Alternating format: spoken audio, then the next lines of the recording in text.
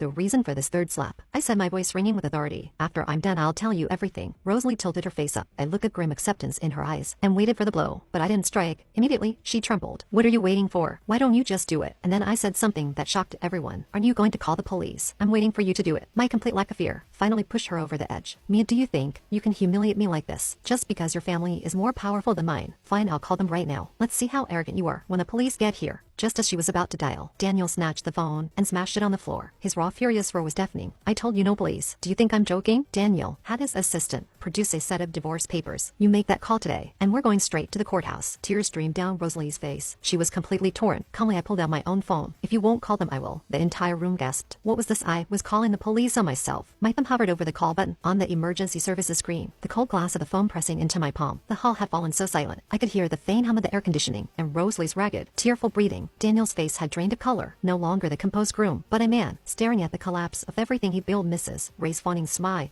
had frowned into a rixus of panic, and Mr. Lowe, who moments ago defended my reasons, now shifted uncomfortably, his hands clasped tight behind his back. Mia, stop, my mother whispered, her voice cracking. You'll ruin yourself. The Psalms don't get arrested. We avoid this. I didn't look at her. My eyes were fixed on Rosalie, whose expression had shifted from hatred to something closer to confusion. She stopped trembling, her hands dropping to her sides, as she stared at my phone, like it held the answer to why her wedding had turned into a circus. 911, what's your emergency? The automated voice cut through the tension, sharp and clinical. I took a deep breath, my voice steady, despite the way my chest ached. I'm at the Grand Ballroom of the Meridian Hotel. I've assaulted a woman twice. She's pregnant, and I was about to do it a third time. I want to turn myself in. Gasps erupted. My father grabbed my arm, his fingers digging into my skin. Are you insane? End the call now. I pulled away, stepping closer to the microphone. The efficient had dropped earlier. The automated voice repeated its question, but I spoke over it, loud enough for every guest to hear. The name is Rosalie Lowe. The groom is Daniel Gray, and if the police don't get here in the next 10 minutes, I'm going to tell everyone why I did this. Daniel lunged for me, but two of his own security guards stepped in, no longer following his orders but mine. I paid them twice what he was paying. Hours before the wedding, they held him back, his face contorted with rage as he screamed, "You can't do this. The investment you promised." I ignored him. The 911 operator was now asking for details, but I ended the call. The phone felt heavy in my hand as I turned to Rosalie, who was staring at me like she never met me before. 10 minutes, I said, glancing at the clock above the ballroom doors. That's how long you have to tell them the truth, or I will. Rosalie's lower lip trembled. She looked at her parents, who avoided her gaze. She looked at Daniel, who was still struggling against the guards. She looked at the guests, some sympathetic, some curious, most just waiting for the next shock. I don't know what you're talking about, she mumbled, crossing her arms over her stomach, like she was protecting the baby. I laughed, bitter hollow sound. You don't. Let's start with last month. The night you called me sobbing, saying you thought Daniel was cheating on you. Remember that? Her face paled. That was nothing, just a misunderstanding. Misunderstanding? I took a step forward. The guest leaning in to hear you said you found a text on his phone from a woman named Luna. It said, "Meet me at the lake house same time as last week." You said you confronted him and he lied. He said it was a work friend, but you didn't believe him. So you asked me to check it out. Remember? Rosalie's hands started shaking again. I never asked you to do that. You did. I said, my voice rising. You begged me. You said you're the only one who can help me. Daniel trusts you. Go to the lake house. See who she is. So I did. I drove there at 8:00 p.m. like the text said. And you know what? I found the room was silent. Even Daniel had stopped struggling. His eyes locked on me. I found Daniel, I said. He wasn't with a woman. He was with a man named Julian Boss, your brother. Rosalie's scream cut through the air. That's a lie. You're lying. Am I? I pulled a folded piece of paper from my pocket and held it up. It was a photo, blurry but clear enough to see. Two men kissing on the porch of the lake house. Daniel's face was visible, and so was Julian's. I took this. I sent it to you that night, but you never texted back. You never mentioned it. Why? Rosalie collapsed into a chair, her head in her hands. It's not what it looks like, she whispered. Then tell me what it looks like, I shouted. Tell everyone why. You pretended you never saw that photo. Tell them why. You're marrying a man who's in love with your brother. Daniel finally broke free of the guards, but he didn't come for me. He went to Rosalie, dropping to his knees in front of her. Rosie, don't, please. She looked up at him, her eyes filled with tears. You told me it was a mistake. You said you'd stop seeing him. You said you loved me. I do love you, Daniel, said his voice desperate. But Julian, he's family. We're close. It was a one-time thing. One time, I scoffed. Julian told me it's been going on for 2 years, since before you and Rosalie got engaged. Julian, who'd been standing in the back of the hall, stepped forward. His face was pale, his hands shaking. Mia, don't, please. This isn't the time. The time was last month, where Rosalie should have ended this. I said, but she didn't. She chose to marry him anyway. Why? No one spoke. Clock ticked, the minutes slipping by. I could hear the distant wail of a siren getting closer. Rosalie stood up, her back straight. She wiped her tears, her face hardening. Because I'm pregnant, she said. Because the Lowe's need the Gray family's money. Because if I don't marry Daniel, my parents will disown me. Because I have no choice. The hall erupted into murmurs. Mr. Lowe stepped forward, his face red with anger. That's not true. We would never say it, Rosalie said, cutting him off. Everyone knows it's true. The company's failing. You told me last week If this wedding falls through, we'll lose everything. So I agreed to pretend. I agreed to marry a man who doesn't love me, who's in love with my brother, because I had to. She turned to Daniel. You knew, didn't you? You knew my family needed the money. You used it. You told me you'd stop seeing Julian, but you never did. You just wanted me to be your wife, to keep up appearances. Daniel didn't deny it. He just stared at her, his face blank. The siren was louder, now so close, it was almost outside. The guests started to shift, some moving toward the doors, others pulling out their phones. The security guards had given up trying to confiscate them. Rosalie looked at me, her eyes softening. Why do you hit me? She asked, her voice quiet. Why not just tell everyone this from the start?